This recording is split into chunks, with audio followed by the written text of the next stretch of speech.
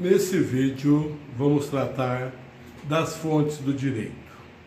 O direito tem suas regras originárias de onde? Aonde se confeccionam as regras de direito? Ou aonde elas foram confeccionadas? As mais presentes e as mais antigas. Vamos pegar só os conjuntos de leis mais antigos, não é? Como o Código de Hammurabi, o Código Liechtenstein, que é mais antigo ainda que o Código de Hammurabi. Essas regras foram aproveitadas ainda hoje? Sim. As condutas tipificadas naquela época ainda são nos nossos dias. Então, nós temos o quê? Uma origem histórica das regras de direito. Origem sociológica do convívio social, uma origem psicológica, apontando as condutas, origem religiosa, política e científica. Mas não são dessas fontes que nós falaremos hoje. Nós falaremos do processo de produção dessas normas, dessas regras de direito. As regras podem ser produzidas por meio de leis elaboradas geralmente pelo parlamento do país. Eu falo parlamento, mas nós temos no Brasil regras do Congresso Nacional, que precisam ser aprovadas separadamente ou em conjunto pelo Senado e pela Câmara dos Deputados. Nós temos regras das assembleias, ou normas legislativas das assembleias legislativas e das câmaras de vereadores, mais as regras decorrentes de atos dos prefeitos, governadores e presidentes da República, mais regras decorrentes de juízes, tribunais. Então são muitas regras que nós temos que obedecer, certo? E ainda assim, nós temos ausência de regras que precisam de interpretação de forma a preencher lacunas, ou seja, o aplicador da regra, ele vai utilizar do meio produtor de regra para aquele caso. Se não tiver a norma, ele vai precisar de criar uma norma para ser aplicada naquele caso, certo? Então, em princípio, a palavra fonte é até inadequada, porque a fonte, na verdade, é uma nascente d'água. Mas não existe outra palavra que possa expressar esse produtivismo de regras jurídicas. Eu prefiro regras porque normas nós colocaremos como as legisladas, normas legisladas. Então, nós podemos ter regras com as fontes legislativas, regras com as fontes principiológicas, de princípios. Nós podemos ter regras de princípios consuetudinários ou costumeiras ou de costumes. Nós podemos ter origem das regras na doutrina e na jurisprudência. Então, por essa formação aí, nós podemos fazer o quê?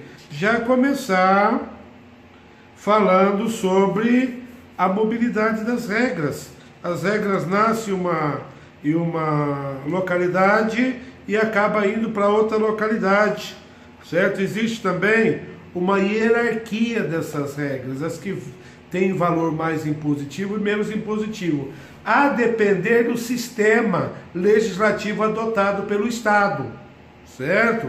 Então vamos lá as primeiras. O que é a legislação? É a regra jurídica produzida por um órgão legislativo, em princípio. Aí nós temos a Constituição, emendas à Constituição, leis complementares e leis ordinárias. Nós temos os decretos do Executivo, do Legislativo e por aí vai, portarias. Então nós temos um arcabouço de normas que acaba dando essa noção aí de quantas são as regras, certo? Nós temos também as resoluções do Congresso Nacional, certo? Então, logo depois vem o costume. O que é o costume? As regras do costume são aquelas geradas porque são aplicadas em um caso, depois são aplicadas em outro caso, e assim ela se torna o que é aplicada quando não existia lei. Aí se recorre ao costume. Vamos supor que deu um problema no porto de Paranaguá ou no porto de Frankfurt, na Alemanha, e lá não se sabe, por exemplo, se a culpa é de quem vendeu a mercadoria aqui no Brasil ou quem comprou lá. Eu preciso de ver o costume do porto. Ele vem aqui ver o costume do porto de Paranaguá, Friambor. Deixar lá e ele vai ter que pagar o transporte. Quem compra tem que pagar para colocar no navio. E lá na Alemanha, free on ship, ou free on board também. Ele tira do barco e coloca, disponibiliza, porque precisa de retirada da embarcação. Então, se faltar regra, ou a própria localidade acaba criando essa regra costumeira, que é então a repetição de aplicação àquilo a casos idênticos. Os princípios gerais de direito, ou princípios de direito, que nós temos o princípio de direito constitucional, civil, penal, tributário, constitucional, então todos os ramos do direito têm seus princípios. Existem aqueles que são aplicados a qualquer caso, qualquer ramificação do direito. Então o princípio é aquela regra gerada pela razão humana. O ser humano é que gera a regra. Certo? Vamos pegar um caso. Uma pessoa vai e compra um carro muito raro, um Fusquinha 69, com toda a mecânica do Passat alemão. E foi uma adaptação em fábrica, feita na fábrica, essa adaptação desse carro. A pessoa paga 250 mil por esse carro. E aí, na hora de entregar o carro para o comprador, a concessionária dizia: eu vou lhe dar um Audi A8 que vale 800 mil reais, se você optar também uma Mercedes no lugar desse carro. Quem comprou o Fusquinha vai ser obrigado a receber esse carro mais caro, ou ele recebe se ele quiser? Tem como impor? Aí é uma dúvida. Ninguém pode ser obrigado a receber uma coisa que não foi aquela pactuada. É o princípio alio pro alio, certo? Então, nós temos o que aí? Princípio geral de direito foi gerado pelo raciocínio humano, pela razão humana, diante do caso concreto. A doutrina. Doutrina tem por base os juristas, aquelas pessoas que escrevem livros e acabam dando algumas opiniões. Então, escreveu sobre investigação de paternidade. Ele vai poder falar alguma coisa sobre investigação de paternidade? Ele escreveu sobre a lei de drogas. Escreveu sobre a lei de drogas. Ele vai poder falar alguma coisa sobre drogas? Algum parecer? Sim, é a pessoa autorizada, é a autoridade para falar sobre aquilo ali. O chamado jurista, certo? Então ele dá a sua opinião, apresenta soluções, e depois nós temos a jurisprudência, que é a coleção de julgados dos tribunais sobre aquele tema, certo? Então, se o tribunal decidiu daquela forma, passa a se entender daquela forma. Uma sentença pode ser jurisprudência se nós não tivermos julgado nenhum, se emprega aquilo ali.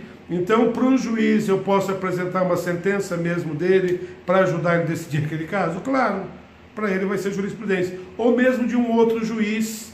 Nós tínhamos no passado, como Amílcar de Castro, isso na década de 40, 50, alguns juízes que eram verdadeiros renomes, ou verdadeiras personalidades do direito, que eram juízes. Quando davam sentença, a sua sentença era verdadeira jurisprudência.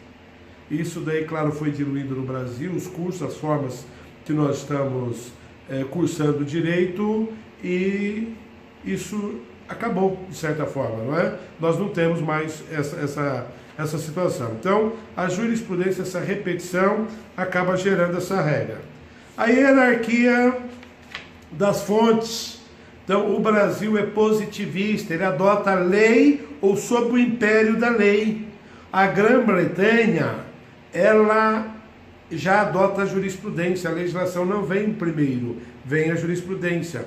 No Brasil é legislação primeiro, depois os costumes, depois os princípios e na base a jurisprudência e a doutrina, com o mesmo peso, certo? Então essas são as fontes do direito. Alguns poderiam questionar, e a equidade, a analogia, o direito comparado? A equidade, que é a amenização do rigor da lei, ela não cria regra nenhuma. A regra já existe, ela só diminui o rigor, então ela não pode ser fonte. Ela é uma forma de amenizar a regra jurídica. A analogia, o emprego de outra regra, venha ela da legislação, da jurisprudência ou da doutrina. Eu não posso aplicar essa regra aí, isso não é criação de regra, isso é uma comparação, certo? Que é feito. O direito comparado também, o direito comparado estrangeiro, o direito comparado de Estado. Eu não posso aplicar a legislação estrangeira e dizer, olha, esse caso a legislação suíça resolve, vou aplicar o Código Civil Suíço. Existem casos que se aplica o Código Civil Suíço quando ele for mais beneficente ou beneficiar mais o brasileiro do que o suíço. Isso em casos especiais. Aqui nós estamos falando de aplicar em qualquer caso. Não se aplica o Código Civil Suíço aí. Vai se aplicar só a legislação brasileira. E nós temos um processo de interpretação da norma. Na interpretação a gente pode usar a analogia, a equidade e o direito comparado. Também quando o juiz não tiver a norma para aplicar lá na jurisprudência, ele pode gerar uma regra. E para construir essa regra, ele se vale das fontes e se vale também dessas essas contribuições na interpretação e na geração de regras para o caso concreto.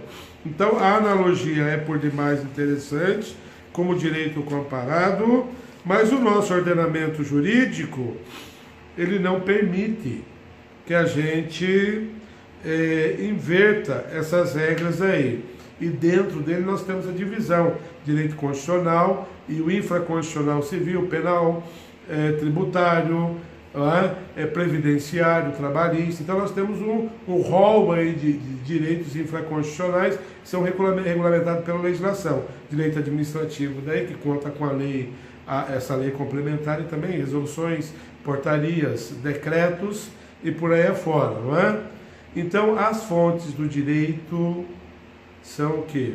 Os processos produtores da regra jurídica, certo? Por esse vídeo era isso, e o meu agradecimento, muito obrigado.